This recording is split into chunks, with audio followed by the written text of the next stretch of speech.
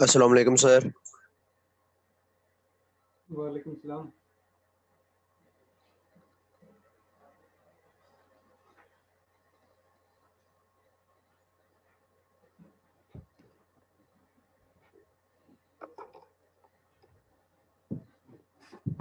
Ahmad Zia,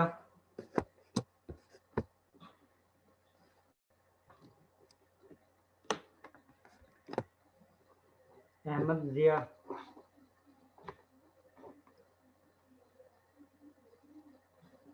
Ahmed Yasin, Yes, sir, present. Alishba, Present, sir. Amna Javed, sir आपकी आवाज नहीं आ रही। आमना जावेद,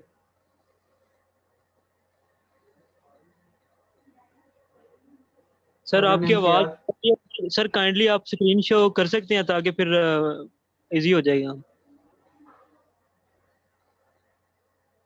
दो सिस्टम एट टाइम चल रहे हैं इसलिए आप लोगों को स्क्रीन शेयर नहीं हो रही। Okay sir. क्योंकि दूसरे सिस्टम में माइक का इशू है, उसमें माइक जो है वो अटैच नहीं हो सकता और जो अटेंडेंस है वो होती ही सिर्फ उसी सिस्टम पर है, यूनिवर्सिटी के सिस्टम पर। जी सर अब आवाज ठीक आ रही है बिल्कुल। और Nami Imtiaz, Present, sir. Ariha Alias, Ariha Alias, Arfa Abrar,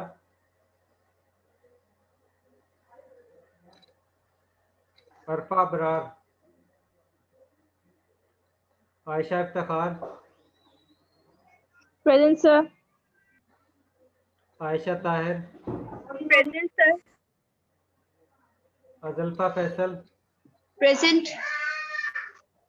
Faraz Yaqoob, present sir. Wosia Naureen, Wosia Naureen, Present. Present. Hafiz Mohammad Ibrar, present sir. Hamza Ali Shan, Hamza Ali Shan,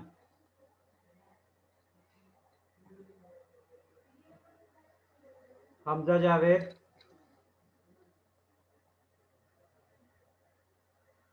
Hamza Javed, sir आपकी आवाज बिल्कुल नहीं आ रही sir. Inayatullah, Inayatullah,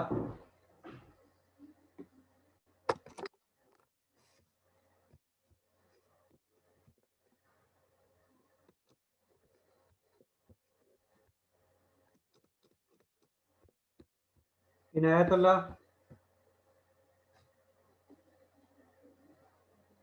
Jahanzeb,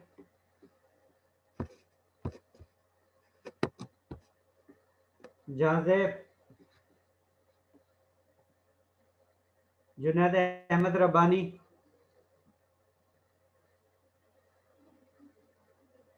Junaid Ahmed Rabbani,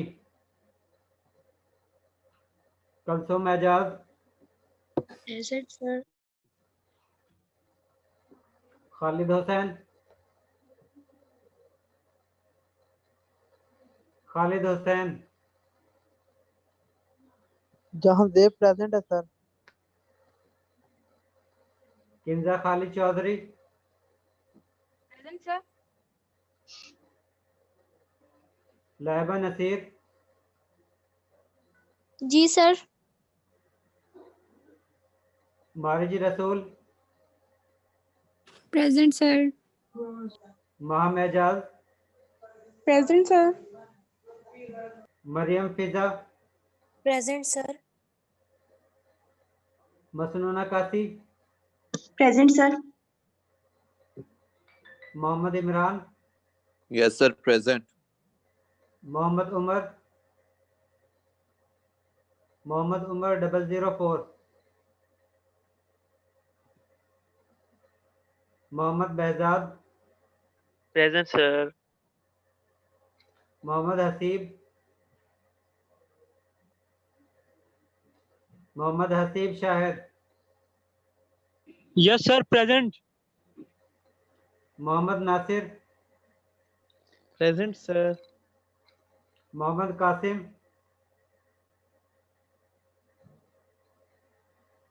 Mohammad Qasim, Mohammad Shahzeb, Present, sir. Sir क्या नाम बोला, दोबारा बोलना। Mohammad Shahzeb Irshad, present sir. Mohammad Umar 94, present sir. Mohammad Umar Tufail, Present, sir. Mohammad Zubair,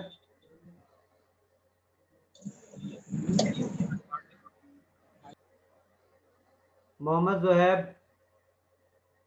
Present, sir. Muniba Usman, Muniba Usman, Musharraf Hussain, Present, sir. Nida Nadeem, Present, sir. Fariya Kanwal,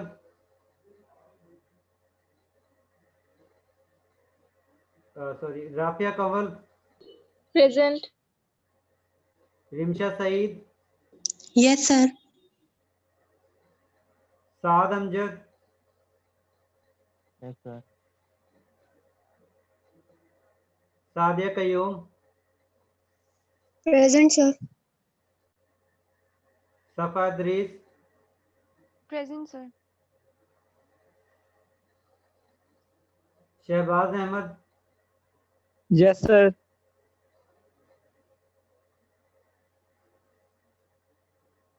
Zarif Zaman, Shahzeb Zaman, Shahzeb Zaman, Sidra Nazir, Present, sir. Umar Hayat, sir present sir. Waqar Anwar, Present, sir. Junaira Javed, Present, sir. Zara Farooq, Present. Zarmeen Akmal, Present, sir. Sir मेरी भी लगा दें। अरफा अबरार। सर मेरी भी अटेंडेंस।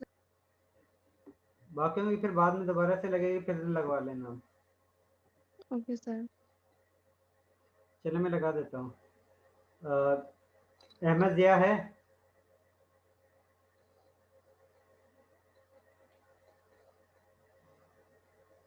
आमना जावेद, प्रेजेंट सर। अरिया लियास, अरफा Brar, present sir. Hamza Ali Shan, Inayatullah, Jahanzeb, present sir. Jahanzeb. Junaid Ahmad, Khalid Hussain,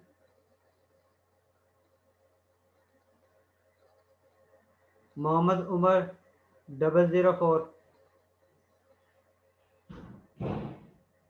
Mohammad Shahzeb, Arshad जेब भी है, शाहजेब अरशाद। जी मोहम्मद शाहजेब इरशाद,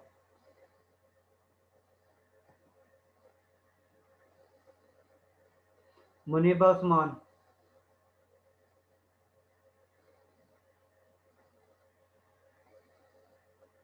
शाहजेब जमान,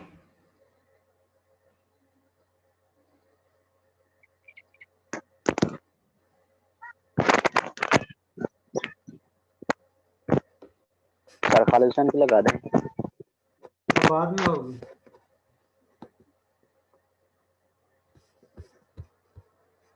सर इनायतुल्लाह। इनायत बाद में दोबारा लगा लेंगे। ठीक है sir, thank you.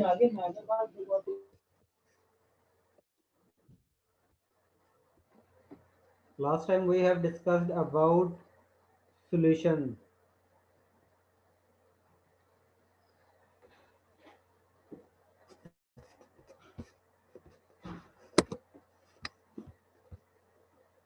Amna Javed,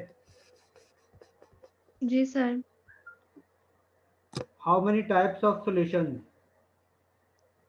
sir 2 types हैं सॉल्यूशन की। सैचुरेट 3 टाइप, सैचुरेटेड, अनसैचुरेटेड और super saturated. Ziyarfa Abrar, sir इसमें आगे हमने सस्पेंशन और क्लाइडल सॉल्यूशन भी पढ़े थे। उसके आगे on the क्लाइडल basis of particle size. On the basis of particle size, we have divided solutions in 3 types. On the basis of concentration of solute of true solution, we have divided 4 types. On the basis of particle size, solution is divided into 3 types. And on the basis of amount of solute in the solution, solutions are divided into 4 types. One is dilute solution, second concentrated solution, third saturated solution, and fourth supersaturated solution. These types are depend on amount of solute, and on the basis of size of solute, we have divided solution into 3 types. One is true solution, second colloidal solution, and third suspended solution. Emulsion. वो तो उसका method है।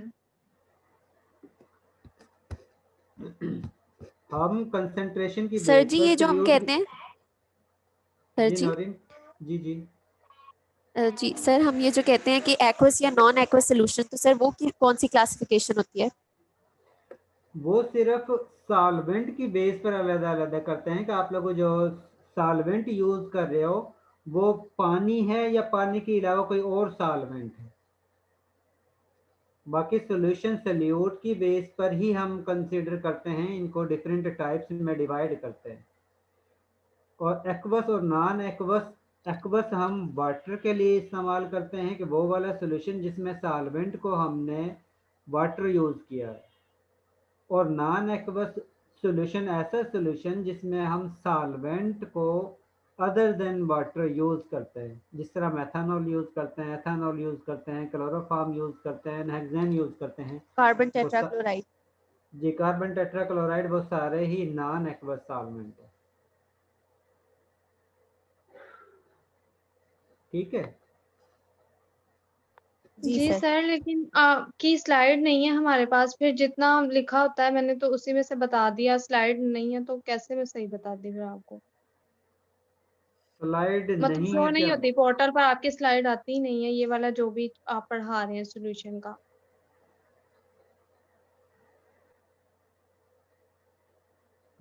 मुझे 1 minute दोगे? Okay sir. मैं अभी आता हूँ। बल्कि N1 सेक्शन में तो सारा ही यानी शो हो रहा, सिर्फ N सेक्शन का इशू आ रहा था, स्टूडेंट कह रहे थे हमें शो नहीं हो रहा। सर आपने बताया था कि सर मटेरियल में, लेकिन आगे जाकर सेशन में कहीं भी वो मटेरियल वाला ऑप्शन नहीं आता जिसमें हम देखें, और मैंने बाकी असाइनमेंट और वो बाकी भी चेक कर लिए, उनके अंदर कहीं शो ही नहीं होता। मैंने जीआर से भी पूछा था तो मतलब किसी के पास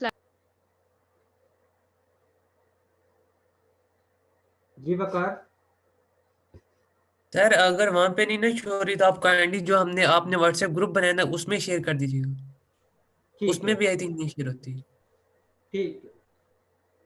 ठीक 1 मिनट में है। अभी 1 मिनट में आता हूँ।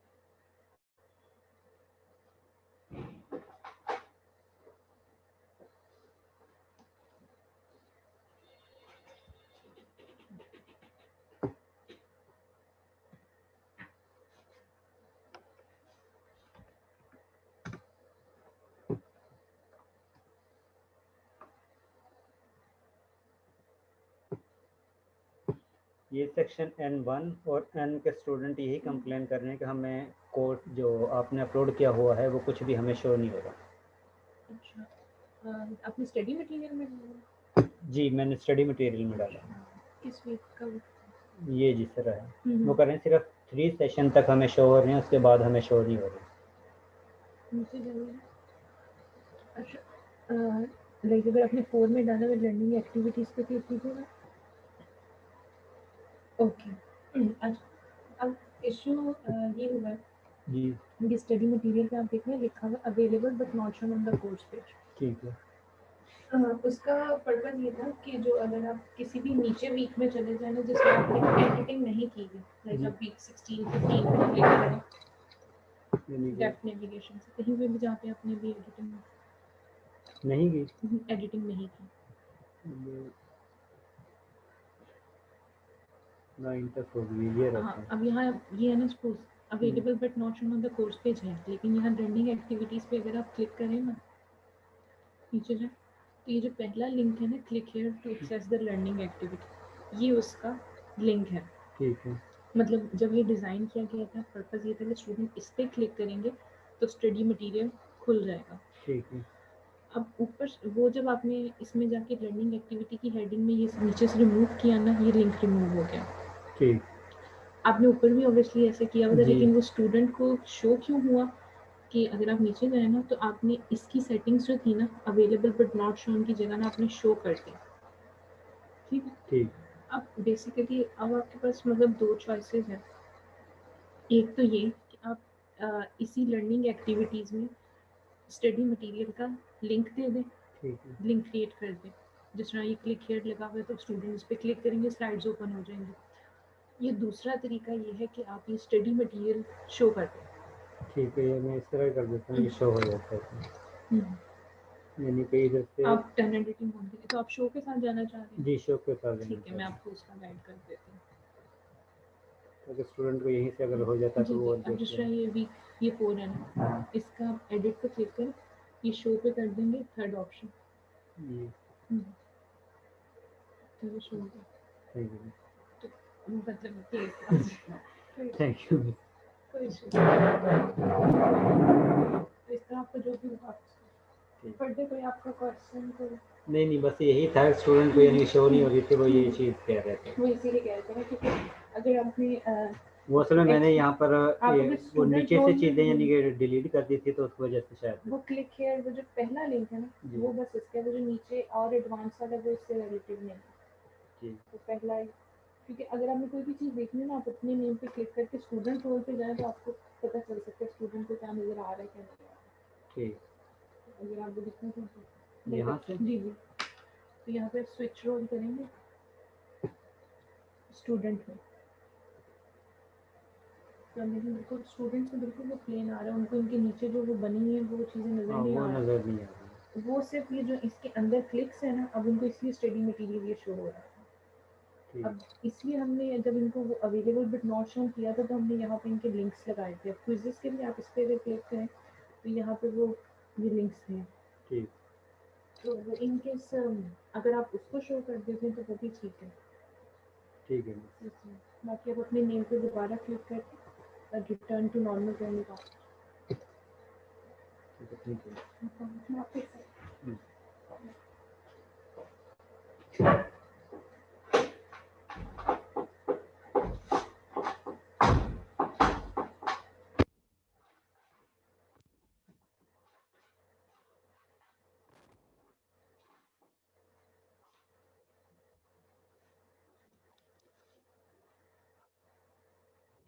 अस्सलाम वालेकुम।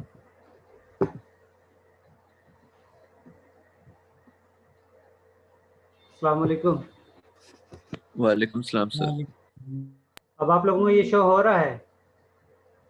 यस सर हो रहा है शो। 4th वीक इसके बाद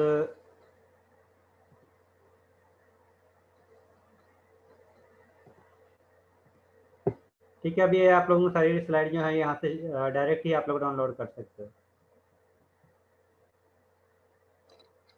ओके सर, थैंक यू।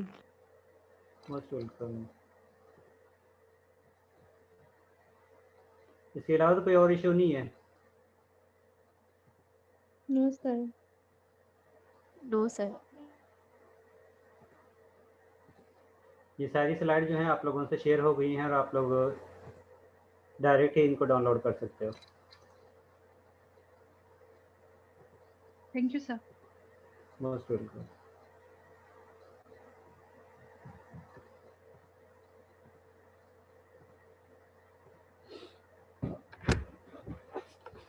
जो लास्ट टाइम जो हमने स्टडी किया था वो क्या था कि आप लोग पार्टिकल साइज की बेस पर सॉल्यूशन को 3 टाइप्स में डिवाइड कर सकते हो और पार्टिकल की कंसंट्रेशन की बेस पर हम सॉल्यूशन को डिफरेंट टाइप्स में डिवाइड कर सकते हैं।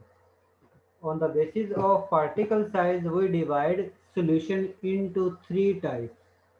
First is throw solution, second is colloidal solution, and third is suspended solution. आज जो हमने पढ़ना है वो ये पढ़ना है कि किस तरह आप लोग सॉल्यूशन जो आप लोगों को बनता है वो किस तरह बनता है, उसकी रीज़न क्या होती है। क्योंकि लास्ट टाइम आप लोगों ने ये भी पढ़ा था कि आप लोग डिफरेंट फॉर्म में सल्यूट या सॉल्वेंट को यूज़ करते हो जिसकी वजह से आप लोगों के पास डिफरेंट फेज के सॉल्यूशन बनते हैं।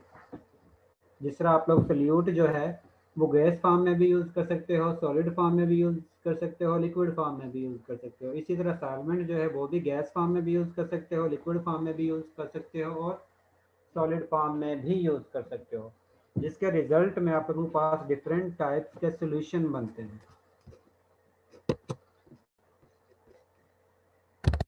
आज आप लोगों ने ये स्टडी करना है कि आप लोगों को सॉल्यूशन बनते क्यों है, इसकी रीज़न क्या है।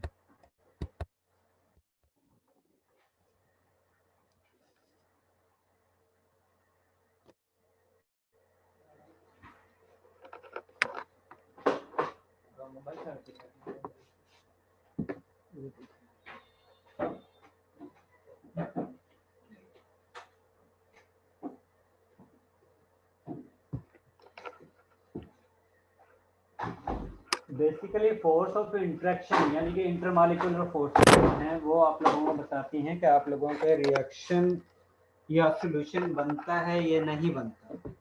On the basis of intermolecular forces we tell about the formation of a solution. Solution may be formed or not. अगर आप लोगों के पास फोर्स ऑफ इंट्रैक्शन जो है सल्यूट और सॉल्वेंट के दरमियान ज़्यादा होती है, सल्यूट और सॉल्वेंट के दरमियान फोर्सेस ऑफ इंट्रैक्शन ज़्यादा हों और सल्यूट के दरमियान या सॉल्वेंट के दरमियान फोर्सेस ऑफ इंट्रैक्शन कम हो, तो उस कंडीशन में आप लोगों के पास सोल्यूशन बनता है।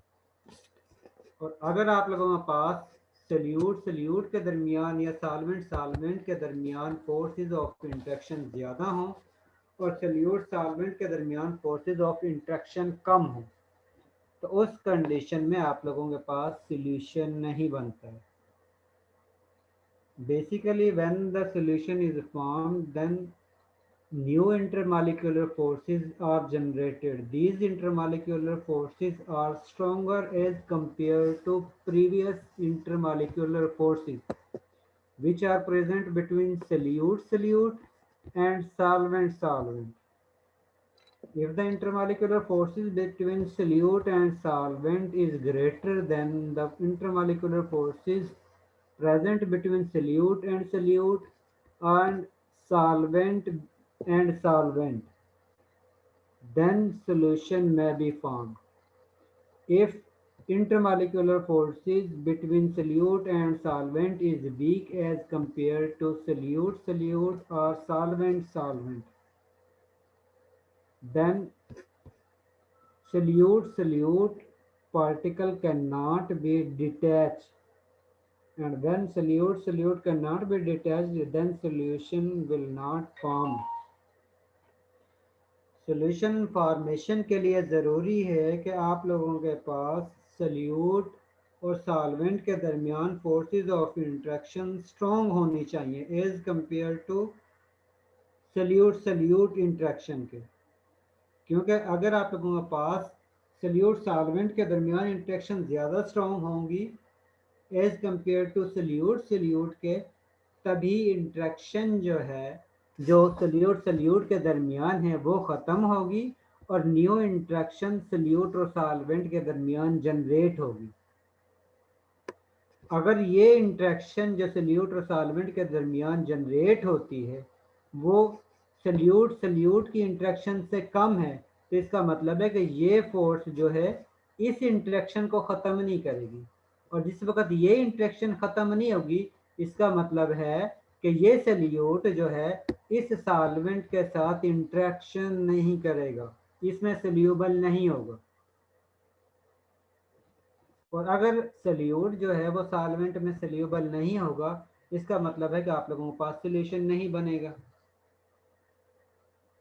तो इस लिहाज से हम कह सकते हैं कि सॉल्यूशन उस वक्त बनेगा जिस वक्त interaction between solute and solvent is greater than interaction between solute and solute. अगर ये इंट्रैक्शन ज़्यादा होगी तभी ये इंट्रैक्शन जो है इस इंट्रैक्शन पर डोमिनेट आएगी, और जिस वक्त ये इंट्रैक्शन इस इंट्रैक्शन पर डोमिनेट आएगी तो इसका मतलब है कि ये इंट्रैक्शन गायब होगी, ख़त्म होगी, और इस सॉल्वेंट के दरमियान इंट्रैक्शन जो है वो जनरेट होगी। और अगर सल्यूट और सॉल्वेंट के दरमियान इंट्रैक्शन कम है, सल्यूट के दरमियान इंट्रैक्शन ज़्यादा है, तो उस कंडीशन में ये सल्यूट इसके साथ इंट्रैक्शन नहीं करेगा, क्योंकि आप लोगों को ये पता है हर चीज़ जो है वो स्टेबिलिटी की तरफ मूव करती है, और वो फॉर्म ज़्यादा स्टेबल होगी जिनके दरमियान इंट्रैक्शन ज़्यादा होंगी, इंटरमॉलिक्यूलर फोर्सेस ज़्यादा स्ट्रॉन्ग होंगी, उस फॉर्म में स्पीशी स्टेबल फॉर्म में एग्जिस्ट करती है।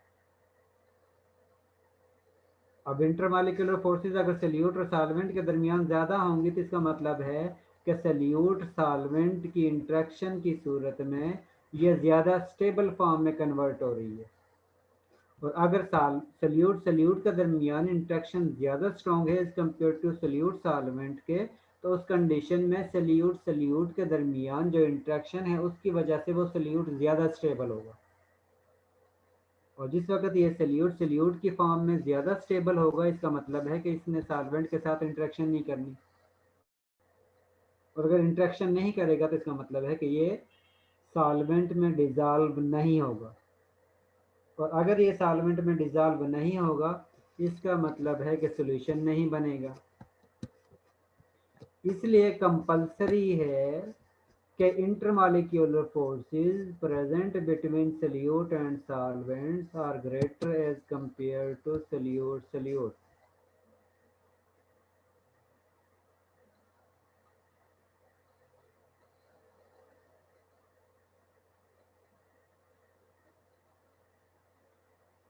राफिया अब चेक करो, ये N1 सेक्शन जो है उसमें टोटल लेक्चर मटेरियल जो है वो शो हो रहा है। अब आप चेक करें और वहाँ पर सारा यानी मटेरियल भी जो लेक्चर हैं वो भी अपलोडेड है। जी सर अब शो हो रहा है। एक्सक्यूज मी सर, मैंने देख लिया, ये 12 वाला नहीं मुझे मिला, लेकिन प्रीवियस जो है वो शो हो रहे हैं। सेशन 10 का बस नहीं अपलोड हुआ उसमें। सेशन 10 तो अभी पहुँचे ही नहीं है, ये तो अब हम चल रहे हैं सेशन 10 पर। बाकी सर ये लेक्चर जो है 12 वाले लेक्चर की स्लाइड नहीं है, बाकी सारी मिल गई हैं। 12 फिर मेरे ख्याल में हुआ नहीं होगा, क्योंकि या फिर लीव आ सर गई होगी, एड्रेस छुट्टी आपको खुल वगैरह जाएगा होगा। किसी का? सर वो एक लेक्चर है 15 और 16 वाला, वो डिफरेंट में है, पीडीएफ में भी नहीं है, पीपीटी में भी नहीं है, वो RAR में है, तो वो पीडीएफ में 15 और जरा कर 16 15 और 16 वो लेक्चर। विन रियर में है, रात क्योंकि उसके मेरी बात सुन लेना, इसमें जी मैक्सिमम सर। जो हम अपलोड कर सकते हैं वो 3 MB है। इससे ज़्यादा का साइज होता है तो उसको हम अपलोड नहीं कर सकते, इसलिए वो मैंने पहले पीडीएफ फाइल, ये जो पीडीएफ फाइल में कन्वर्ट की थी, लेकिन पीडीएफ फाइल में भी उसका साइज जो है वो 3 MB से ज़्यादा बन रहा था और वो यहाँ पर अपलोड नहीं हो रही थी। इस वजह से मैंने ये बिन एक्सक्यूज मी रियर में सर। कन्वर्ट करके फिर अपलोड की है। सर अगर आप पूरा लेक्चर मतलब कि जैसे चैप्टर 12 की स्लाइड आप लिंक के तौर पे अपलोड कर दें ड्राइव से, हम उसको एक्सेस कर लें, तो इस तरह तो से वो मतलब इतने ज्यादा लेक्चर हैं, समझ नहीं लगती। अगर पूरा चैप्टर की स्लाइड्स इकट्ठी मिल जाए तो फिर ये ज्यादा सही रहता है। वो जिस तरह लेक्चर वाइज पढ़ते जा रहे हैं वो लेक्चर वाइज ही मैं अपलोड करता जा रहा हूँ। चलो ठीक है sir. Ji.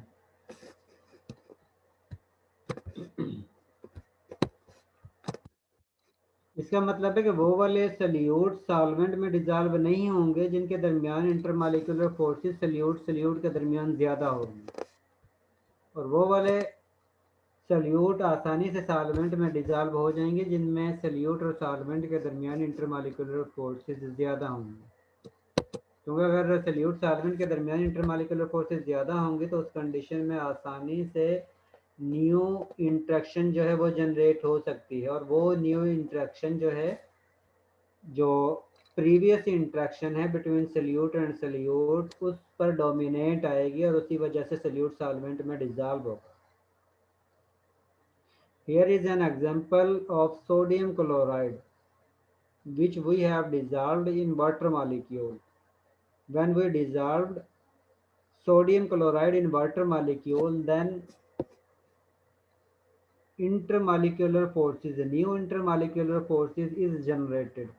In the initial, intermolecular forces are present between sodium ion and chloride ion, and intermolecular forces is present in water molecule and water molecule. When we add sodium chloride, then a new intermolecular force is generated. And which intermolecular force? Zarmeen Akmal.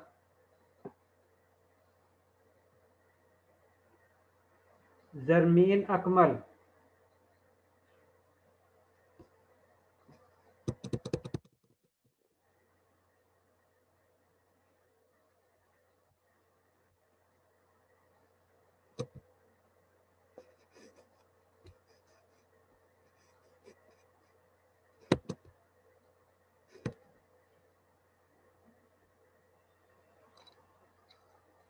Safa Idris. जी sir. Safa Idris, please tell me what is the type of intermolecular forces which is present between water molecule and sodium and chlorine या sodium chloride. Initially आप लोगों के पास जो species है उसमें sodium जी sir. Chloride जो है वो सल्यूट है और वाटर मॉलिक्यूल सॉल्वेंट है। अब वाटर यस मॉलिक्यूल और वाटर मॉलिक्यूल के दरमियान जो इंटरमॉलिक्यूलर फोर्सेस है वो हाइड्रोजन बॉन्डिंग है, ठीक है। जी सर। इसी तरह सोडियम आयन और क्लोराइड आयन के दरमियान भी इंटरमॉलिक्यूलर फोर्सेस है जिसको हम आयन इंटरेक्शन कहते हैं।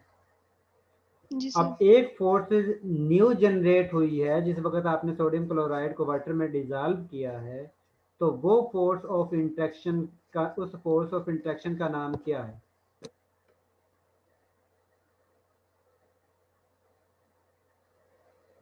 Sir ion dipole.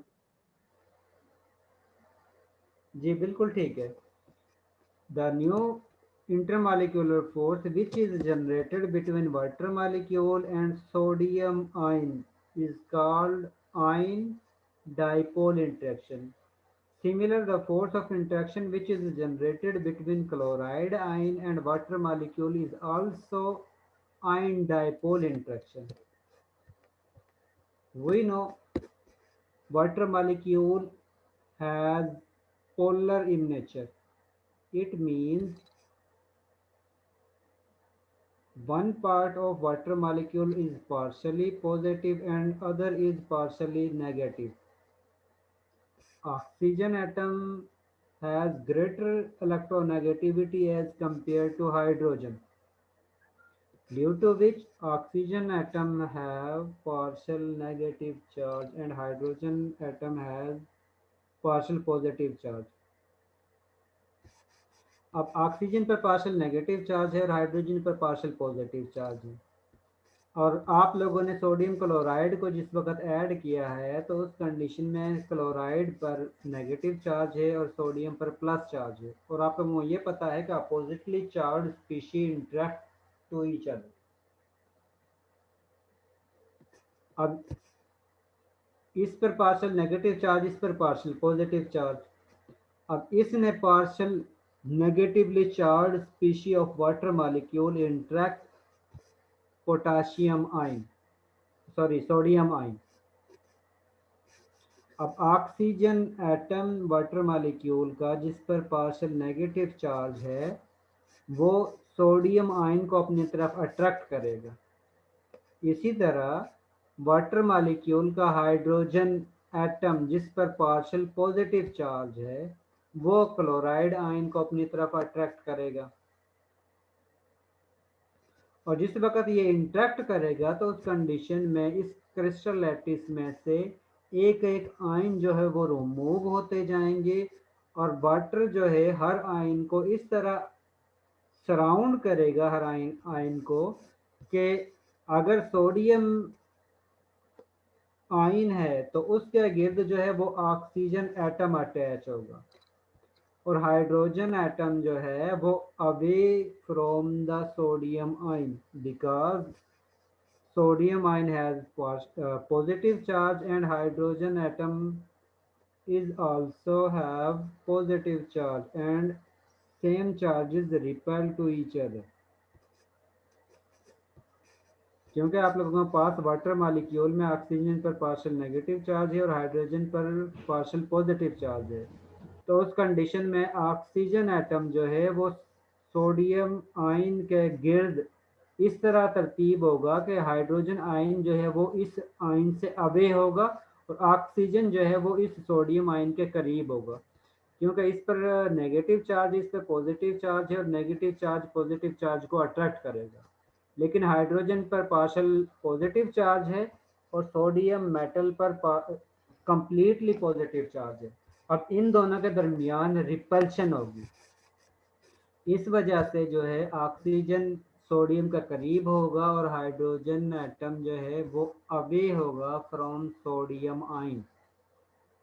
इसी तरह वाटर मॉलिक्यूल क्लोराइड आयन के इस तरह सराउंड करेगा क्लोराइड आयन को कि हाइड्रोजन जो है वो क्लोराइड आयन के करीब होगा और ऑक्सीजन एटम जो है वो अवे होगा from chloride ion, because oxygen atom has partial negative charge, और क्लोराइड आयन पर भी नेगेटिव चार्ज है, जिसकी वजह से क्लोराइड आयन और ऑक्सीजन एटम के दरमियान रिपल्शन होगी और क्लोराइड आयन और हाइड्रोजन एटम के दरमियान अट्रैक्शन होगी। और आप लोगों के पास इस तरह की जियोमेट्री जो है वो बनेगी कि वाटर का हाइड्रोजन जो है वो क्लोरीन के करीब होगा और ऑक्सीजन एटम अवे होगा, डिस्टेंस पर होगा, और इस तरह आयन को वाटर सॉल्वेंट जो है वो सर्कुलेट कर देगा। इसी तरह इसमें से आयन को निकालता जाएगा और वाटर मॉलिक्यूल उसको सराउंड करता जाएगा। सर जी एक सवाल है। जी सर हमने कहा कि जब हम सोडियम क्लोराइड जो कि एक आयनिक कंपाउंड है, उसे जब हम वाटर में डिसॉल्व करेंगे तो सोडियम जो है और जो क्लोराइड है वो आयन डाइपोल इंटरैक्ट करेंगे। तो हाइड्रोजन पॉजिटिव है और हम कहते हैं hydrogen bonding between partial charge hydrogen और कोई सा भी इलेक्ट्रोनेगेटिव हो सकता है, उसके साथ कोई सा भी इलेक्ट्रोनेगेटिव एटम होना चाहिए। तो सर यहाँ पे क्लोराइड की तरह मैं ये क्यों नहीं कह सकती कि हाइड्रोजन बॉन्डिंग हो गई है? सर क्लोरीन क्लोरीन की इलेक्ट्रोनेगेटिविटी कम है, दूसरा जो है क्लोरीन का साइज ज़्यादा है एज कंपेयर टू फ्लोरीन। जितना एटम का साइज ज़्यादा होता जाता है तो उस कंडीशन में वो इतनी ज़्यादा पावर के साथ इलेक्ट्रॉन को अपनी तरफ अट्रैक्ट नहीं कर सकता है। और दूसरा यहाँ पर क्लोरीन पर कंप्लीटली चार्ज है नेगेटिव, पार्शली चार्ज नहीं है। और हाइड्रोजन बॉन्डिंग में हमने देखा था कि इंट्रैक्शन जिस वक्त होती है वो पार्शली चार्ज के दरमियान होती है, जिसमें partial positive charge hydrogen atom होता है और partial negative charge containing species जो है वो ऑक्सीजन या नाइट्रोजन या फ्लोरीन होती है। और इन तीनों का एटॉमिक साइज स्मॉल होता है अपने अपने ग्रुप में। बाकी इससे लोअर ग्रुप में जिस वक्त आप लोग मूव करते हैं तो उस कंडीशन में एटॉमिक साइज इंक्रीज होगा, और जितना एटॉमिक साइज इंक्रीज होगा उतनी ही उसकी इलेक्ट्रोनेगेटिविटी डिक्रीज होना शुरू हो जाती है। इसी वजह से हम सेकंड रो के जो एलिमेंट हैं उनके जो फर्स्ट एलिमेंट है वही सिर्फ हाइड्रोजन बॉन्डिंग शो करते हैं, जिसमें नाइट्रोजन आता है, ऑक्सीजन आता है और फ्लोरीन आता है। बाकी एलिमेंट जो है उनका एटॉमिक साइज जितना ज़्यादा होता जाएगा वो उतनी कम फोर्स के साथ इलेक्ट्रॉन को अपनी तरफ अट्रैक्ट करेंगे, और इसी वजह से उनके दरमियान इंट्रैक्शन जो है वो कम होगी। और उसको हम सिर्फ डाइपोल इंट्रैक्शन कहते हैं, हाइड्रोजन बॉन्डिंग नहीं कहते हैं। और यहाँ पर जो इंट्रैक्शन है इसमें क्लोरीन जो है क्लोराइड की फॉर्म में है, जिसमें कम्प्लीटली नेगेटिव चार्ज है, और नेगेटिव चार्ज स्पीशी के इंट्रैक्शन जो है वो डाइपोल स्पीशी के साथ जो होती है उसको हम आयन डाइपोल इंट्रैक्शन कहते हैं। और इस केस में हम ये भी कहते हैं आयोनिक कंपाउंड जब भी हम वाटर के अंदर डिज़ोल्व करते हैं तो उस कंडीशन में आयोनिक कंपाउंड जो हैं वो आयन्स की फॉर्म में एग्जिस्ट करते हैं। जिस तरह अभी आपने देखा है कि आप लोगों के पास सोडियम क्लोराइड जो है वो आयोनिक कंपाउंड है, और जिस वक्त हम इसको वाटर में डिज़ोल्व करते हैं तो ये सोडियम आयन की फॉर्म में अलहदा हो गया, क्लोराइड जो है वो आयन की फॉर्म में अलहदा हो गया। इसका मतलब है सल्यूट जो है वाटर के अंदर आयनिक फॉर्म में एग्जिस्ट कर रहा है, as it is sodium chloride की फॉर्म में एग्जिस्ट नहीं कर रहा। इसीलिए हम कहते हैं आयनिक कंपाउंड वाटर के अंदर आयन्स की फॉर्म में एग्जिस्ट करते हैं, सोडियम क्लोराइड या NaCl की फॉर्म में न्यूट्रल फॉर्म में एग्जिस्ट नहीं करता है, और उस कंडीशन में ही ये सल्यूबल होता है। अगर इनके दरमियान इंट्रैक्शन इतनी ज़्यादा हो कि ये बॉन्ड डिटैच ना हो तो उस कंडीशन में ये क्यूबिक शेप, इसकी सोडियम क्लोराइड की जो ये शेप है इसको हम क्यूबिक कहते हैं। इस क्यूबिक शेप में से ये सोडियम आयन और क्लोराइड आयन रिमूव ही नहीं होंगे अगर सोडियम क्लोराइड के अंदर ज़्यादा फोर्स ऑफ इंट्रैक्शन होगी तब, as compare to water molecule and chloride ion और सोडियम आयन के। अगर सल्यूट यानी सोडियम और क्लोराइड के दरमियान इंट्रैक्शन ज़्यादा होगी as compare to water chloride ion और वाटर सोडियम आयन के, तो उस कंडीशन में सोडियम क्लोराइड जो है वो डिटैच नहीं होगा, वो जिस तरह फॉर्म में एग्जिस्ट है उसी फॉर्म में जो है रहने की कोशिश करेगा, क्योंकि उनके दरमियान फोर्सेस ऑफ इंटरेक्शन ज़्यादा हैं। और अगर फोर्स ऑफ इंटरेक्शन सल्यूट और सॉल्वेंट के दरमियान ज़्यादा होंगी, उसी कंडीशन में सल्यूट सोल्यूबल होगा। और इसी वजह से सोडियम क्लोराइड जो है इसमें इंटरेक्शन वाटर और सोडियम क्लोराइड या सोडियम आयन या वाटर बिटवीन क्लोराइड आयन के इंटरमॉलिक्यूलर फोर्सेस कम होती हैं। वाटर के दरमियान और क्लोराइड आयन या सोडियम आयन के दरमियान इंटरमॉलिक्यूलर फोर्सेस ज़्यादा होती हैं।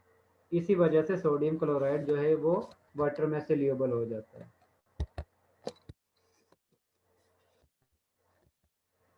इसके बाद जिस वक्त हम सल्यूट को सॉल्वेंट में डिज़ोल्व करते हैं तो उस कंडीशन में रैंडमनेस ज़्यादा जनरेट होती है। और आप लोगों को पता है कि जिस स्पीशी में रैंडमनेस ज़्यादा जनरेट होगी इसका मतलब है कि उसमें इंट्रोपी ज़्यादा जनरेट हो रही है, क्योंकि रैंडमनेस को हम इंट्रोपी कंसीडर करते हैं कि जितनी रैंडमनेस ज़्यादा उतनी इंट्रोपी ज़्यादा, जितनी रैंडमनेस कम उतनी इंट्रोपी कम। क्योंकि जिस वक्त आप लोग सोल्यूशन बनाते हो तो उस कंडीशन में मॉलिक्यूल्स के दरमियान डिस्टेंस ज़्यादा होता है।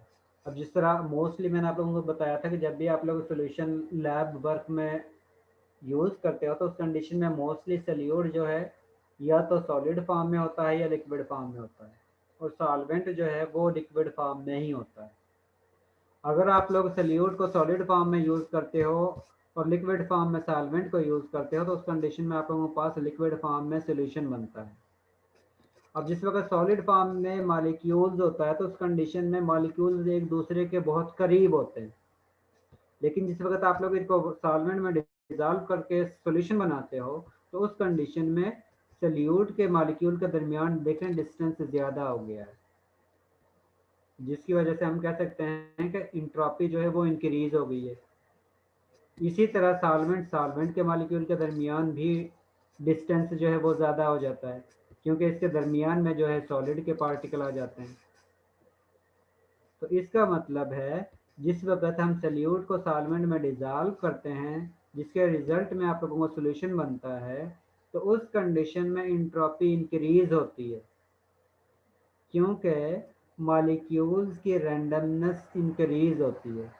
और जितनी मॉलिक्यूल्स की रैंडमनेस इंक्रीज होगी इसका मतलब है कि इंट्रोपी सॉल्यूशन की उतनी ही ज़्यादा होगी। इसी तरह अगर आप लोग सल्यूट को लिक्विड फॉर्म में यूज़ करते हो और सॉल्वेंट को भी लिक्विड फॉर्म में यूज़ करते हो तो उस कंडीशन में भी इंट्रोपी जो है वो इंक्रीज होगी, लेकिन सॉलिड फॉर्म में इंट्रोपी ज़्यादा इंक्रीज होगी as compare to liquid form के। क्योंकि आप लोगों ने ये पढ़ा है जिस वक्त आप लोग सॉलिड फेज से लिक्विड फेज में कन्वर्ट होते हो तो उस कंडीशन में इंट्रोपी इंक्रीज होती है, रैंडमनेस इंक्रीज होती है, क्योंकि आप लोग काइनेटिक एनर्जी प्रोवाइड करते हो बाय इंक्रीजिंग द टेम्परेचर। और यहाँ पर आप लोगों के पास ऑलरेडी लिक्विड फॉर्म है जिसको आप लोग लिक्विड सॉल्वेंट में डिसॉल्व कर रहे हो, और इस कंडीशन में आप लोगों के पास सॉलिड फॉर्म है। अब सॉलिड फॉर्म के दरमियान सॉलिड मॉलिक्यूल के दरमियान जिस वक्त आप लोग सॉल्यूशन बनाते हो उस कंडीशन में इनके दरमियान डिस्टेंस ज़्यादा होता है as compare to liquid molecules के।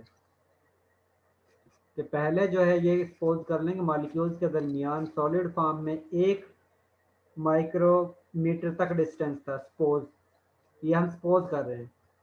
और जिस वक्त आपने इसको सॉल्वेंट में डिसॉल्व किया है उसके नतीजे में आप लोगों के पास सॉल्यूशन बना है तो उस कंडीशन में मॉलिक्यूल के दरमियान सॉलिड मॉलिक्यूल के दरमियान डिस्टेंस जो है सपोज 100 माइक्रोमीटर बन गया है। लेकिन जिस वक्त आप लोग वाटर मॉलिक्यूल लिक्विड सल्यूट को सॉल्वेंट में डिसॉल्व करते हैं तो उस कंडीशन में सपोज डिस्टेंस जो है वो 50 माइक्रोमीटर है। और जिस वक्त आप लोग सोल्यूशन बनाते हो तो उस कंडीशन में सॉल्वेंट के सल्यूट के मॉलिक्यूल के दरमियान डिस्टेंस जो है वो 100 माइक्रोमीटर तक कन्वर्ट होता है।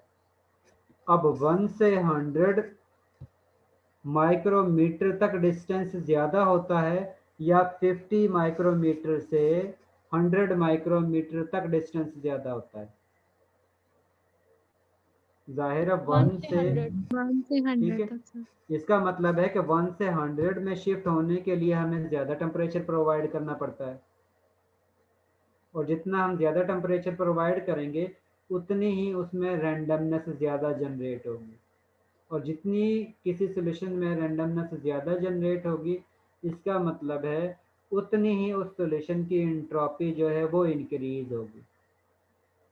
तो इस तरह हम कह सकते हैं, इस तरह हम कह सकते हैं जी सर इसमें वो कॉन्सेप्ट नहीं आ रहा, अगर तो हम टेम्परेचर प्रोवाइड कर रहे हैं तो फिर एंडोथर्मिक रिएक्शन होगा, और एंडोथर्मिक रिएक्शन में तो एंट्रोपी जो है वो फिर मतलब कि डिक्रीज होती है, मतलब राके अभी आना है, फेवरेबल। इस तरफ भी आ रहे हैं राके, इस तरफ भी हम अभी आ रहे हैं ओके सर जी। अभी ये चीज़ है कि आप लोग इसमें एंट्रोपी इंक्रीज हो रही है, इसका मतलब है कि रैंडमनेस इंक्रीज हो रही है, तो इसका मतलब है इसके अंदर इंट्रोपी इंक्रीज हो रही है, और इंट्रोपी इंक्रीज ज़्यादा इंक्रीज जो है वो सॉलिड सॉल्यूट को सॉल्वेंट में डिज़ोल्व करने से हो रही है एज कम्पेयर टू लिक्विड को लिक्विड सॉल्वेंट में डिज़ोल्व करने से। इसके बाद जिस वक्त आप लोग सॉल्यूशन बनाते हो तो उस कंडीशन में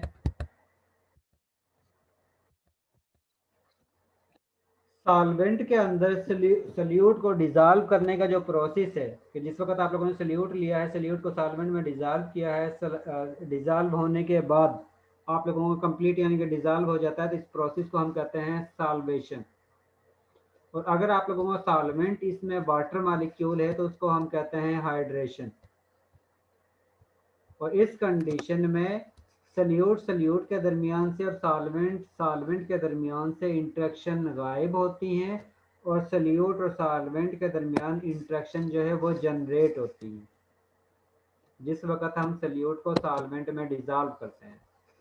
इसका मतलब है कि जिस वक्त बॉन्ड ब्रेक यानी कि इंटरेक्शन गायब हों, डिसअपियर हों और न्यू इंटरेक्शन जनरेट हों, तो उस कंडीशन में इंथैल्पी भी चेंज होती है। अब वो इंथैल्पी किस तरह चेंज होती है? सपोज के ये x1 इंथैल्पी चेंज है फॉर सॉल्वेंट, और डेल्टा H2 जो है वो इंथैल्पी चेंज है between solute particle, and delta H3 जो है वो इंथैल्पी चेंज है उस वक्त जिस वक्त इंटरेक्शन जनरेट होती है सल्यूट और सॉल्वेंट के दरमियान, जिसके रिजल्ट में ओवरऑल इंथैल्पी चेंज को जिस वक्त हम कैलकुलेट करते हैं तो उस कंडीशन में हमारे पास सॉल्यूशन की इंथैल्पी हासिल होगी। जिस वक्त आप लोग सल्यूट और सल्यूट को अलहदा करते हो, क्योंकि जिस वक्त आप लोग सॉल्यूशन बनाते हो तो उस कंडीशन में आप लोग सल्यूट और सल्यूट के दरमियान से इंटरेक्शन को भी ख़त्म करते हो, सॉल्वेंट के दरमियान से भी इंटरेक्शन को ख़त्म करते हो, लेकिन सल्यूट और सॉल्वेंट के दरमियान इंटरेक्शन न्यू जनरेट होती है।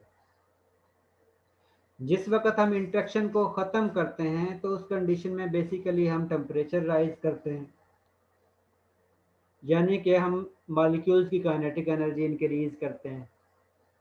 इसका मतलब है कि सॉल्वेंट के दरमियान से इंटरेक्शन को ख़त्म कर रहे हैं, इसका मतलब है कि हम उसमें एनर्जी प्रोवाइड कर रहे हैं, और उस प्रोसेस को जिसमें हम एनर्जी प्रोवाइड करते हैं उसको हम कहते हैं एंडोथर्मिक प्रोसेस।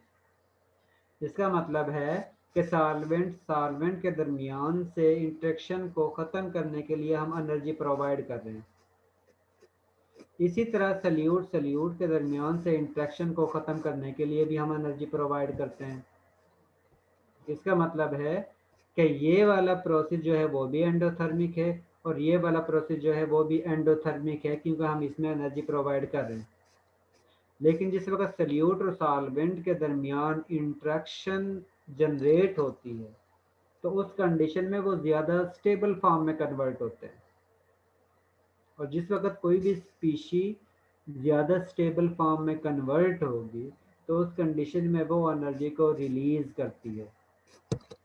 इसका मतलब है कि जिस वक्त इंटरेक्शन जनरेट होती है सल्यूट और सॉल्वेंट के दरमियान तो उस कंडीशन में आप लोगों के पास रिएक्शन जो है वो एक्सोथर्मिक होगा। उस कंडीशन में एनर्जी डिक्रीज होगी। पहले वाले केस जो है उसके अंदर एनर्जी इंक्रीज होगी, यानी कि जिस वक्त इंट्रैक्शन जो है सॉल्वेंट के उसको ख़त्म करते हो तो उस कंडीशन में भी आप लोगों को टेम्परेचर प्रोवाइड करना पड़ता है, जिसके रिजल्ट में इंथैल्पी इंक्रीज होती है। और जिस वक्त आप लोग सल्यूट के दरमियान से इंट्रैक्शन ख़त्म करते हो तो उस कंडीशन में भी आप लोगों को हीट सप्लाई करना पड़ती है, जिसके रिजल्ट में एनर्जी जो है वो सल्यूट की इंक्रीज होती है। लेकिन जिस वक्त सल्यूट और सॉल्वेंट के दरमियान इंट्रैक्शन जनरेट होती है तो उस कंडीशन में वो कम स्टेबल से ज़्यादा स्टेबल की तरफ मूव करते हैं। और जिस वक्त वो ज़्यादा स्टेबल की तरफ मूव उसी वक्त करेंगे जिस वक्त स्पीशी एनर्जी को रिलीज करेगी। और अगर वो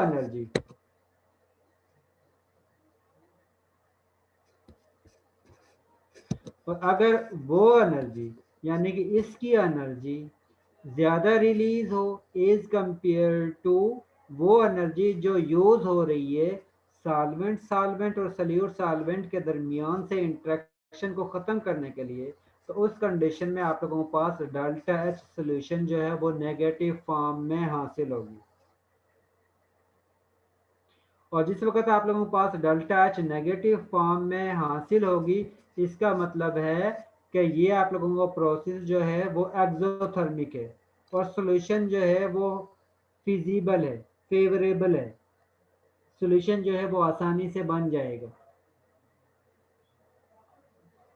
और अगर आप लोगों के पास इसकी एनर्जी कम है एज कंपेयर टू इन दोनों एनर्जी के, इंथैल्पी चेंज इसकी कम है, इन दोनों की ज़्यादा है, क्योंकि इसकी एनर्जी आप लोगों के पास नेगेटिव फॉर्म में हासिल होगी और इसकी दोनों की एनर्जी आप लोगों के पास पॉजिटिव फॉर्म में हासिल होगी। अगर ये वैल्यू ज़्यादा है इसका मतलब है कि नेगेटिव वैल्यू ज़्यादा है और इन दोनों के सम की वैल्यू जो है जो कि पॉजिटिव फॉर्म में आप लोगों के पास हासिल होती है वो कम है, तो आप लोगों के पास आंसर जो है वो नेगेटिव फॉर्म में हासिल होगा।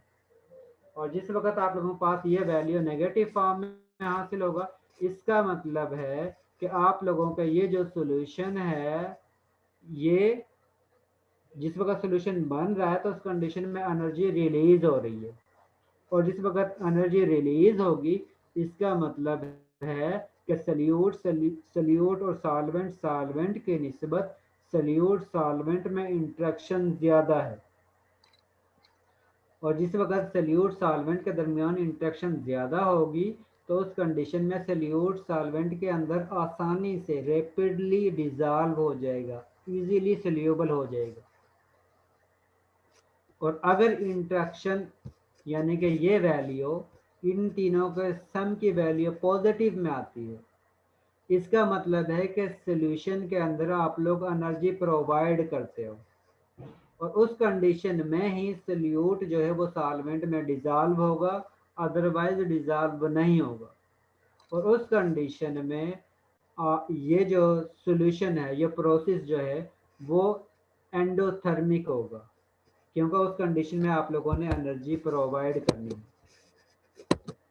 और ये आप लोगों के पास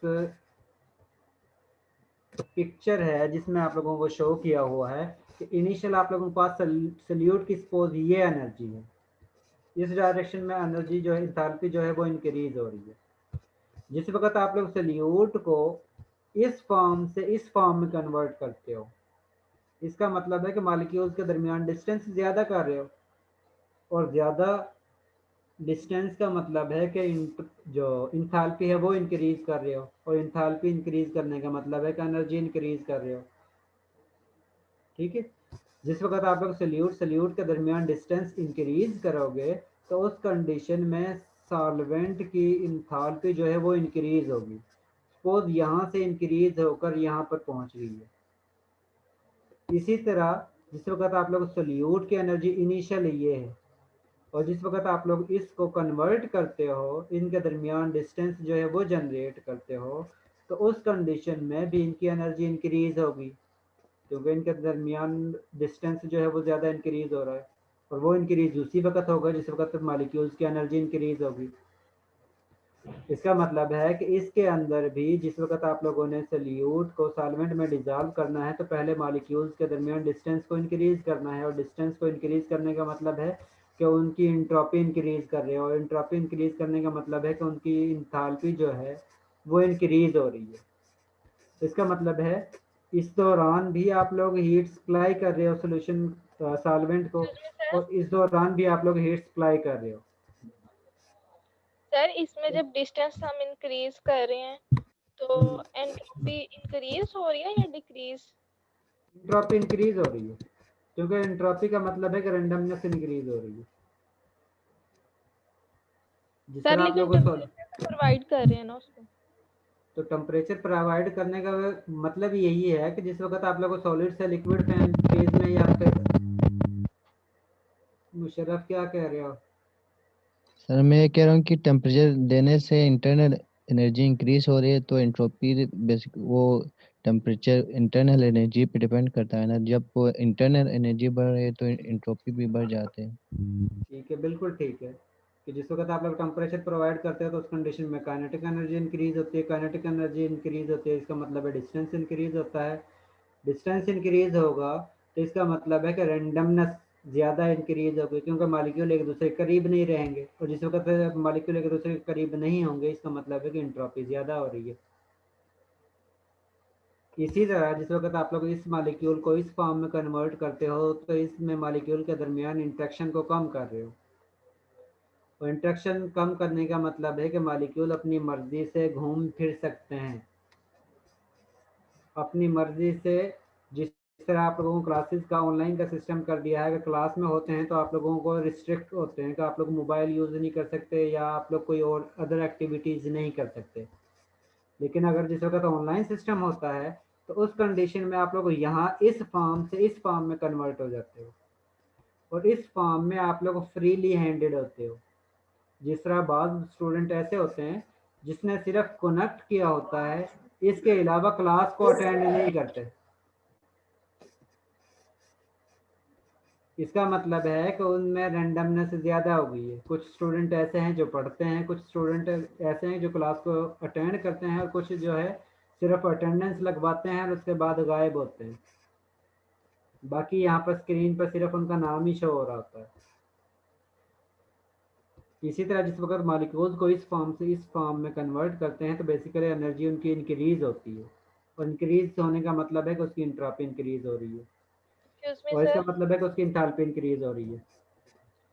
सर मेरा क्वेश्चन ये है कि जैसे हम ये कहते हैं ना कि एक्सोथर्मिक कोई भी रिएक्शन है तो वो फेवरेबल है, और उसमें मतलब टेम्परेचर वो मतलब कि एनर्जी वो रिलीज कर रहे हैं, तो वो फेवरेबल इसीलिए हम कहते हैं कि उसकी एंट्रोपी इंक्रीज हो रही है।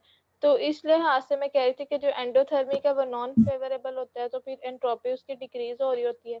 तो इस लिहाज से मैं कह रही थी, तो आप बता दें इसके बारे में थोड़ा। इनिशियली जिस वक्त आप लोग रिएक्शन करवाते हो तो मॉलिक्यूल्स की एनर्जी, पहले आप लोगों ने ये भी पढ़ा है कि जिस वक्त आप मॉलिक्यूल्स एक दूसरे के साथ कोलिजन करते हैं तो पहले उनकी एनर्जी कम होती है, कोलिजन करते वक्त उनकी एनर्जी ज़्यादा होती है, उसके बाद एक्टिवेटेड स्टेट से वो प्रोडक्ट फॉर्म में कन्वर्ट होते हैं।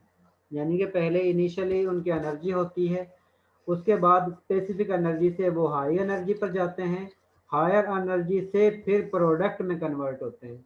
अब वो प्रोडक्ट में जिस वक्त कन्वर्ट होते हैं वो एनर्जी रिएक्टेंट से कम या ज़्यादा होती है, तो उस बेस पर हम कहते हैं कि रिएक्शन जो है वो एक्सोथर्मिक है या एंडोथर्मिक है। अभी तो सिर्फ रिएक्शन किया ही नहीं है, अभी तो सिर्फ हम मॉलिक्यूल की बात कर रहे हैं कि मॉलिक्यूल के अंदर क्या क्या चेंजिंग आती है, कि मॉलिक्यूल के अंदर भी जिस वक्त रिएक्शन होता है तो उस कंडीशन में पहले वो एनर्जी हासिल करते हैं, एनर्जी हासिल करने के बाद जिस वक्त वो प्रोडक्ट में कन्वर्ट होंगे तो उस कंडीशन में उन्होंने एनर्जी रिलीज करनी है, और कितनी एनर्जी रिलीज करनी है वो डिपेंड करता है कि आप लोगों का रिएक्शन जो है एंडोथर्मिक है या एक्सोथर्मिक है, या आप लोगों का प्रोडक्ट कितना स्टेबल है। अगर आप लोगों का प्रोडक्ट जो है वो रिएक्टेंट से ज़्यादा स्टेबल है, उस कंडीशन में प्रोडक्ट की एनर्जी कम होगी और रिएक्टेंट की एनर्जी ज़्यादा होगी।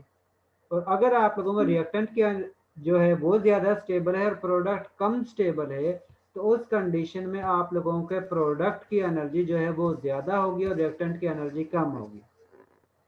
मीन और जिस सर जब कंडीशन वो में अगर वो सोल्यूशन फॉर्म में जाता ही नहीं है तो दैट्स मीन के बस उसको एनर्जी प्रोवाइड ही की गई है।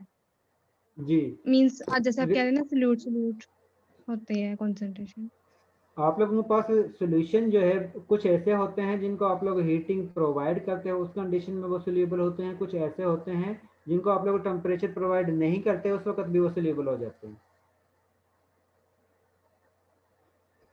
ठीक है, कुछ ऐसे सोल्यूशन होते हैं जो जिस वक्त बनते हैं तो उस कंडीशन में वो एनर्जी को रिलीज करते हैं, और कुछ ऐसे सोल्यूशन हैं जिनको बनाने के लिए हमें टेम्परेचर प्रोवाइड करना पड़ता है। अब इनिशियली जिस वक्त सल्यूट सॉल्वेंट जो है अपनी फेज से चेंज होते हैं, इनके दरमियान डिस्टेंस अकर होता है, डिस्टेंस इनमें जनरेट होता है, तो उस कंडीशन में बेसिकली सल्यूट और सॉल्वेंट की इनिशियल एनर्जी जो है वो इंक्रीज होती है, क्योंकि इनके दरमियान से हम जो इंटरमॉलिक्यूलर फोर्सेस हैं उसको ख़त्म कर रहे हैं, और ख़त्म इंटरमॉलिक्यूलर फोर्सेस को उसी वक्त कर सकते हैं जिस वक्त आप लोग एनर्जी प्रोवाइड करोगे, अदरवाइज तो नहीं कर सकते। अगर एनर्जी प्रोवाइड करोगे तो इसका मतलब है कि सॉल्यूशन की या सल्यूट की इंथैल्पी इंक्रीज हो रही है। अब इंथैल्पी इंक्रीज होने के बाद सपोज यहाँ तक पहुँच गई है दोनों की, इसकी सॉल्वेंट की भी और सल्यूट की भी, क्योंकि दोनों के दरमियान से आप लोग इंटरमॉलिक्यूलर फोर्सेस को ख़त्म करते हो। उसके बाद इनके दरमियान में इंट्रैक्शन दोबारा से जनरेट होती हैं सल्यूट और सॉल्वेंट की। अब जिस वक्त ये सल्यूट और सॉल्वेंट की एनर्जी जनरेट होंगी, जनरेट होने के बाद सॉल्यूशन जो बनता है, अगर इसकी एनर्जी सल्यूट और सॉल्वेंट की एनर्जी से कम है तो उस कंडीशन में ये एनर्जी को रिलीज करेगा, और उस कंडीशन में हम कहते हैं कि ये सॉल्यूशन फॉर्मेशन जो है वो एक्सोथर्मिक है, क्योंकि ये एनर्जी को रिलीज कर रहा है। और अगर सॉल्यूशन जिस वक्त बनता है तो उस कंडीशन में उसकी एनर्जी रिएक्टेंट यानी कि सॉल्वेंट और सल्यूट की एनर्जी से ज़्यादा है, तो उस कंडीशन में हमें एनर्जी प्रोवाइड करना पड़ती है सॉल्यूशन को, तभी सल्यूट और सॉल्वेंट आपस में मिक्स अप होकर सॉल्यूशन बनाएंगे, और इस तरह के सॉल्यूशन को हम कहते हैं एंडोथर्मिक सॉल्यूशन, क्योंकि इसमें हम एनर्जी प्रोवाइड करते हैं। और ये डिपेंड करता है कि आप लोगों का जो सॉल्यूशन बन रहा है उसकी एनर्जी ज़्यादा है या रिएक्टेंट स्पीशी यानी कि सल्यूट और सॉल्वेंट की एनर्जी ज़्यादा है। ये डिपेंड करता है कि इंटरमॉलिक्यूलर फोर्सेस सल्यूट के दरमियान ज़्यादा है या सॉल्वेंट सल्यूट के दरमियान इंटरेक्शन ज़्यादा है। अगर सल्यूट सॉल्वेंट के दरमियान इंटरेक्शन ज़्यादा होगी तो उस कंडीशन में आप लोगों के पास मोस्ट प्रोबेबल है कि आप लोगों के पास एक्सोथर्मिक सॉल्यूशन बनेगा। और अगर सल्यूट या सॉल्वेंट के दरमियान इंटरेक्शन ज़्यादा हो और सल्यूट सॉल्वेंट के दरमियान इंटरेक्शन कम हो तो उस कंडीशन में आप लोगों के पास एंडोथर्मिक सॉल्यूशन बनेगा, यानी कि अगर आप लोग टेम्परेचर प्रोवाइड करोगे तभी वो सॉल्यूशन फॉर्म में कन्वर्ट होगा, अदरवाइज वो सॉल्यूशन फॉर्म में कन्वर्ट नहीं होगा। और इस बेस पर हम सॉल्यूशन को दो टाइप्स में डिवाइड करते हैं, एक को हम एंडोथर्मिक सॉल्यूशन कहते हैं और एक को हम एक्सोथर्मिक सॉल्यूशन कहते हैं। अब इन दोनों में से एक सॉल्यूशन की एंट्रोपी जो है वो ज़्यादा होगी, एक की कम होगी। अब एंट्रोपी जो है उस सॉल्यूशन की ज़्यादा होगी जिसमें सॉल्यूशन की एनर्जी ज़्यादा होगी, और उस सॉल्यूशन की एंट्रोपी कम होगी जिसमें सॉल्यूशन की एनर्जी कम होगी। यानी कि इसमें जिस वक्त हम सॉल्वेंट और सॉल्यूट के साथ कंपेयर करते हैं सॉल्यूशन की एनर्जी को, तो उस कंडीशन में सॉल्यूशन की एनर्जी कम है और सॉल्वेंट और सॉल्यूट की एनर्जी ज़्यादा है। अब ये एनर्जी को ज़्यादा रिलीज करता है, और आप लोगों को ये भी पता है कि जिस वक्त हम एनर्जी को रिलीज करते हैं किसी भी स्पीशी के दरमियान से, तो उस कंडीशन में मॉलिक्यूल एक दूसरे के ज़्यादा करीब आते हैं, और जितने मॉलिक्यूल एक दूसरे के ज़्यादा करीब आते हैं इसका मतलब है कि उनके दरमियान इंट्रैक्शन होती है, और जितनी मॉलिक्यूल के दरमियान इंट्रैक्शन ज़्यादा होगी इसका मतलब है कि वो एक दूसरे के साथ क्लोजली पैक्ड फॉर्म में होंगे, एक दूसरे के साथ ज़्यादा फोर्स के साथ जुड़े हुए होंगे, और उस कंडीशन में वो फ्रीली अपनी मर्जी से मूव नहीं कर सकते, और जिस वक्त वो अपनी मर्जी से मूव नहीं कर सकते तो इसका मतलब है कि उसमें रैंडमनेस कम होगी, जिसके नतीजे में हम ये कह सकते हैं कि उनके दरमियान इंट्रॉपी जो है वो भी कम होगी। और वो वाला सोल्यूशन जिसमें सोल्यूशन की एनर्जी सल्यूट और सॉल्वेंट की एनर्जी से ज़्यादा होती है, जिसमें हम एनर्जी प्रोवाइड करते हैं, तो उस कंडीशन में इनके दरमियान रैंडमनेस ज़्यादा होगी क्योंकि उनकी एनर्जी ज़्यादा है। जिस तरह मोस्टली जो स्टूडेंट हैं जो यानी कि मिडिल फैमिली से बिलोंग करते हैं, या वो वाले स्टूडेंट जो रिच फैमिली से बिलोंग करते हैं, तो जो मिडिल फैमिली से बिलोंग करते हैं उनकी कोशिश होती है कि भाई ज़्यादा से ज़्यादा सीख सकें ताकि हमें कोई भी जॉब मिल सके। लेकिन जो रिच फैमिली से बिलोंग करते हैं उनके पास पहले ही एनर्जी ज़्यादा होती है, वो कोशिश करते हैं कि हमने कुछ नहीं सीखता क्योंकि हमें डायरेक्ट ही हमें कुछ ना कुछ मिल जाएगा और हम उसी पैसों को यूज़ करके कोई भी कारोबार कर लेंगे।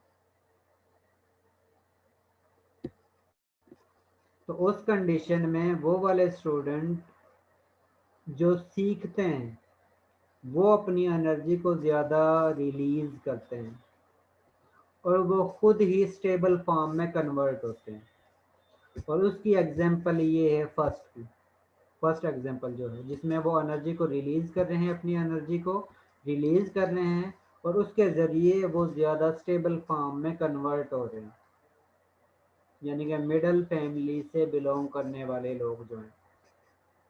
और ये वो लोग हैं जो रिच फैमिली से बिलोंग करते हैं, जिनको उम्मीद है कि हमें ये वाली एनर्जी डायरेक्ट ही मिल जानी है, और जिस वक्त हमें डायरेक्ट ही मिल जाएगी तो हम इस एनर्जी को वेस्ट क्यों करें, अपनी एनर्जी को वेस्ट क्यों करें, क्योंकि उन्हें पता है कि डायरेक्ट ये हमें एनर्जी मिल जाएगी तो हम उसी को यूज़ करेंगे और अर्निंग करेंगे।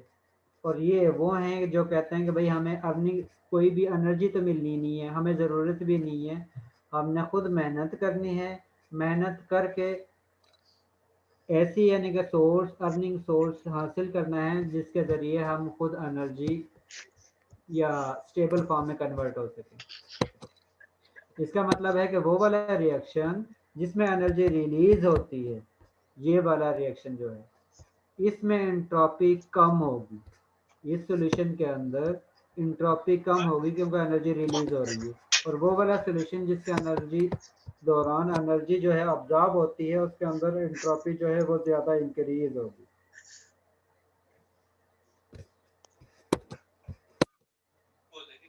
आज के लिए इतना ही काफ़ी है, बाकी जो है नेक्स्ट पढ़ेंगे। और वो वाले स्टूडेंट जिन्होंने लेट अहमद दिया है, अरिहा लियास, प्रेजेंट सर। हमजा अली शान,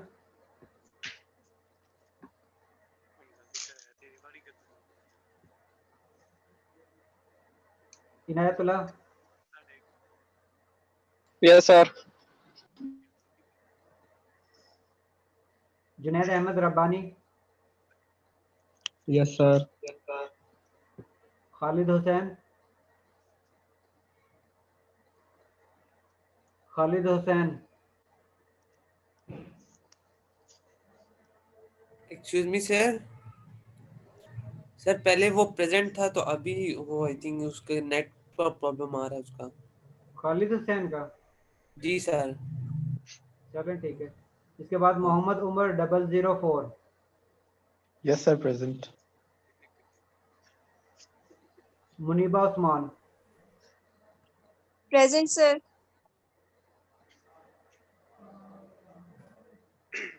Shahzeb Zaman, present sir. Shahzeb Zaman, present sir. Shahzeb ये पहले किसकी आवाज में बोल रहे हो? सर वो जरा गला खराब। सर जुनैद की आवाज है। तो इसके अलावा कोई और स्टूडेंट हो जिसके एब्सेंट लगी है?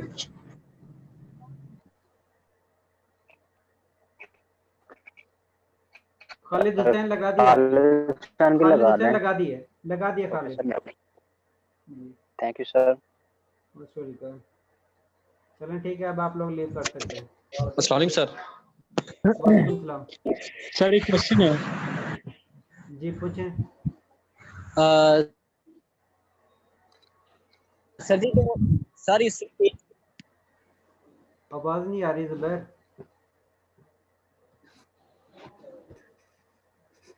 सर मैं पूछ रहा हूँ सर, इस यूनिवर्सिटी की सर जो लैब है इस वीक की सर, वो यूनिवर्सिटी होंगी सर? जी आप लोग यूनिवर्सिटी के अंदर भी ले सकते हो, ऑनलाइन भी ले सकते हो इस वीक से। ओके सर, थैंक यू जी मोस्ट वेलकम। सर। वो जो पिछले वीक था कि आपने करोई लेनी थी सर ऑनलाइन, तो वो खत्म हो गया सर उन? जी वो खत्म हो गया। अब आप लोगों की मर्जी है ऑनलाइन लेनी है या ऑन कैंपस लेनी है। Thank you sir. अल्लाह हाफिज सर। अल्लाह हाफिज। बहुत